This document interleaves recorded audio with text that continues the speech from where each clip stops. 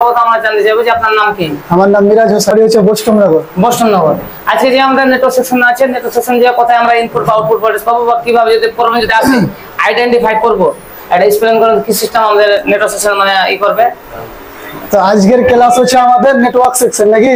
জি। তো network section চেনার জন্য এগুলো আমাদের তিনটা 2G আইসি পাবো, 4G আইসি পাবো, আর একটা আমরা IF আইসি পাবো।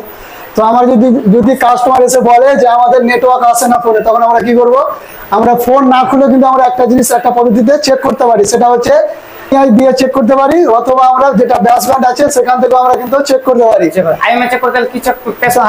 আইমিয়া চেক করার জন্য আমাদেরকে ডায়াল পেটে যেতে হবে, ওখান থেকে আমরা কি বলে স্টার হ্যাঁ 06 আর হ্যাশ থেকে আমরা কিন্তু আইমিয়াটা চেক করতে পারি। যদি আইমিয়া যদি আমাদের 00 আসে, তাহলে আমরা কি বুঝবো? আমাদের আর এই যে আরএফআইসি এটা কিন্তু একদম খারাপ হয়ে গেছে, আরএফআইসি আমাদের প্রবলেম হয়ে গেছে। হ্যাঁ প্রবলেম হয়ে গেছে। এবং তারপরে অ্যাবাউট সেকশনে গিয়ে দেখবো যদি আমাদের কি বলে ওই ব্যাসব্যান্ড ভার্সনটা আসে না, তাহলেও আমাদের আরএফ সেকশনে প্রবলেম হতে পারে। তো আমরা সর্বপ্রথম কি করব? আমরা কুল টেস্টিং করব। কুল টেস্টিং মানে চার্জে লাগানো ছাড়া কুল টেস্টিং করব। আমরা এই যে সবগুলো ক্যাপাসিটর আমরা কিন্তু পাবো 250 করে প্লাস জিআর পাবো। 250 প্লাস যদি জিআর থাকে, তাহলে আমরা ভাববো যে আমার কুল ক্যাপাসিটর গুলো সবগুলো ঠিক আছে। তারপরে হট টেস্টিং করার জন্য সর্বপ্রথম আমরা চার্জে লাগাবো। হট টেস্টিং মানে আমরা বুঝি চার্জে লাগানোর পর। তো আমরা হট টেস্টিং চেক করব। আমরা চেক করব সর্বপ্রথমে 2GP এটা 2G সেকশন এটা। তো এখানে আমরা চেক করব, এখানে দুটো লাইন পাবো, একটা হচ্ছে ভিপিএইচ লাইন আর একটা হচ্ছে ভিআইও লাইন। যেটা ভিপিএইচ লাইন আছে তার ভোল্টেজ আমরা পাবো 3.7 থেকে 4.2, আর যেটা ভিআইও আছে তার ভোল্টেজ পাবো আমরা 1.8। এই যে ভিআইও যেটা লাইন আছে আমাদের, এই লাইনটা দিবে আমাদেরকে পাওয়ার আইসি, আর যেটা ভিপিএইচ লাইন আছে ওটা আমাদের ওই লাইনটা দিবে আমাদের চার্জিং আইসি। তারপরে আমরা দেখব, তারপরে আমরা চেক করব 4G আইসি। 4G তে আমরা মানে 2G আইসির মতোই ভোল্টেজ পাবো, কিন্তু একটা ভোল্টেজ বেশি পাবো, সেটা হলো এপিটি আইসি।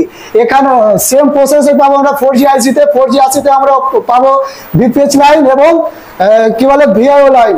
ভোল্টেজ একই থাকবে, ভিপিএইচ লাইন 3.7 থেকে 4.2, আর ভিআইও যেটা লাইন থাকবে তারও ভোল্টেজ থাকবে 1.8।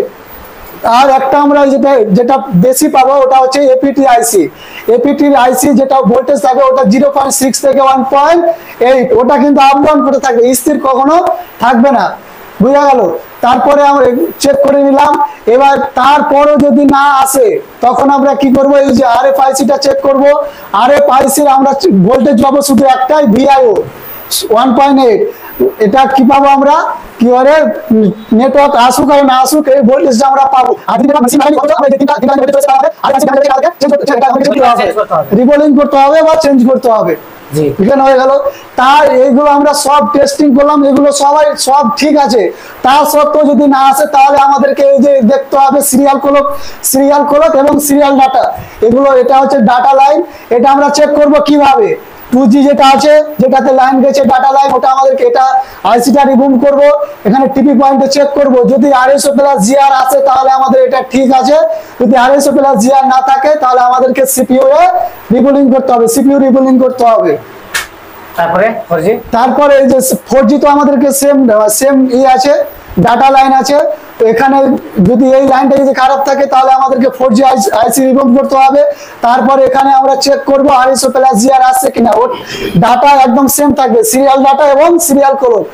250 প্লাস করে জিআর পাবো। যদি না এখানে সিরিয়াল যদি মানে তার জিআর না পায়, তাহলে আমাদেরকে তাও সিপিইউ তে কাজ করতে হবে। তার প্রসেসিং কি আছে আমাদের? এইভাবে যদি পাওয়া যায়, তাহলে আমাদের 100% নেটওয়ার্ক আসবে পুরো সেকশন ওকে আছে। ঠিক আছে দাদা, থ্যাংক ইউ।